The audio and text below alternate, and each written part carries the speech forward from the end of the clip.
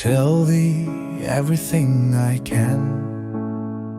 There's little to relate. I saw an aged man sitting on a gate. Who are you, aged man?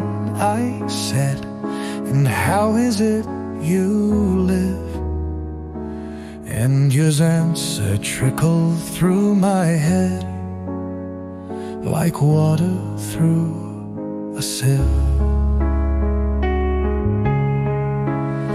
He said, I look for butterflies that sleep among the wheat.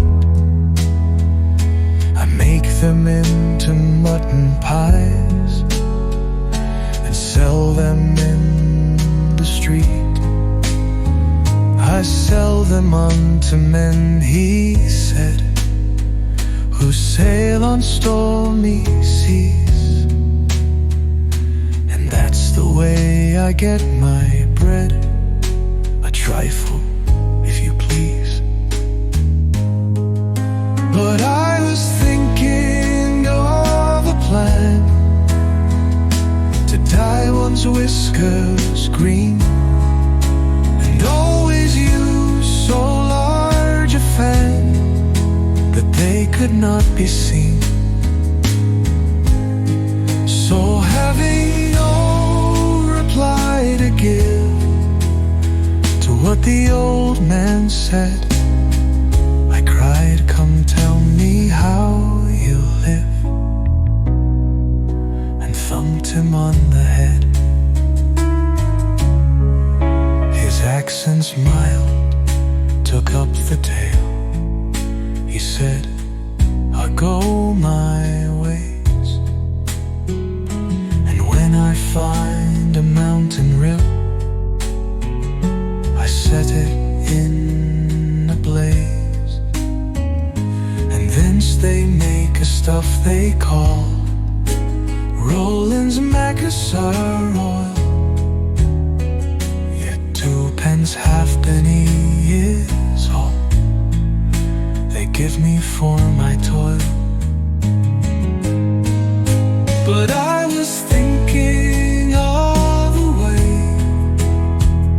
to feed oneself on batter, and so go on from day to day, getting a little fatter. I shook him well from side to side until his face was blue. Come tell me how you live, I cried, and what it is you do. He said, I hunt for Haddocks Eyes over heather bright, and work them into waistcoat buttons in the silent night. And these I do not sell for gold or coin of silvery shine, but for a copper halfpenny, and that will purchase 9. I sometimes dig for buttered rolls, or set-limed twigs for crabs. I sometimes search the grassy knolls for wheels of hansom cabs, and that's the way he gave a wink by which I get my wealth. And very gladly will I drink your honor's noble health. I heard him then, for I had just completed my design to keep the men I bridge from rust by boiling it in wine. I thanked him much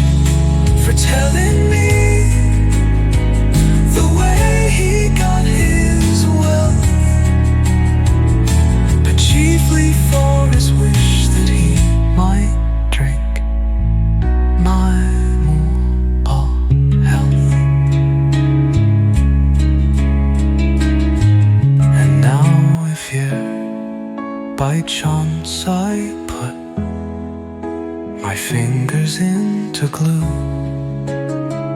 or madly squeeze a right hand foot into a left hand shoe, or if I drop upon my toe a very heavy weight, I weep for it, reminds me so of that old man I used to know, whose look was mild, whose speech was slow, whose hair was whiter than the snow, whose face was very like a crow, with eyes like cinders all aglow, who seemed distracted with his woe, who rocked his body to and fro,